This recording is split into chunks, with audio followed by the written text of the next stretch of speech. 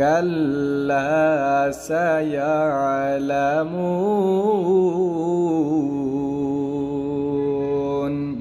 Calf লাম জবর কাল, লাম আলিফ জবর লা, কাল্লা কাল্লা। এখানে আমরা এক আলিফ টেনে পড়ব মাদের হরফের বামে। আমরা এখানে এক আলিফ টেনে পড়ব, জবরের বাম পাশে খালি আলিফ, জবরের বাম পাশে খালি আলিফ, মাদের হরফ এক আলিফ টেনে পড়ব। এখানে দুইটি হরফ আছে, একটা হচ্ছে লাম আর একটি আলিফ। এইভাবে কাল্লা কাল্লা।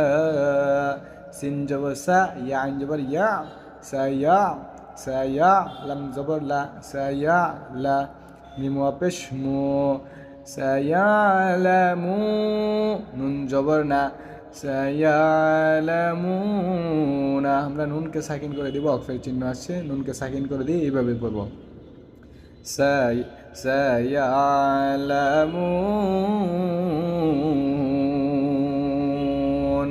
এই যে মাদের হরফে বামের হরফে অক্ফ হয়েছে, মধ্যে আরজি তিন আলিফ টেনে পড়বো। মধ্যে আরজি দেখেন, খেয়াল করে শুনে রাখেন, এটা হচ্ছে ওয়াও হচ্ছে মাদের হরফ, মাদের হরফ হচ্ছে গিয়া তিনটে, আলিফ ওয়াও ইয়া। তো আমরা ওইদিকে যাচ্ছি না, এই ওয়াও হচ্ছে মাদের হরফ, মাদের হরফের বামে যদি, বামের হরফে যদি অক্ফের চিহ্ন আসে, সব সময় আমরা কি করব, মধ্যে আরজি তিন আলিফ টেনে পড়বো সব সময়, ঠিক আছে?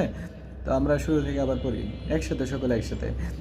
কাল্লা সায়ালামুন। সম্মানিত দিনী ভাই বোনের, আপনাদেরকে আমরা প্রত্যেক দিন ভিডিও ক্লাসের মাধ্যমে আপনাদেরকে শব্দে শব্দে বানান সহকারে সহজ নিয়মে কোরআন শিক্ষা করিয়ে থাকি।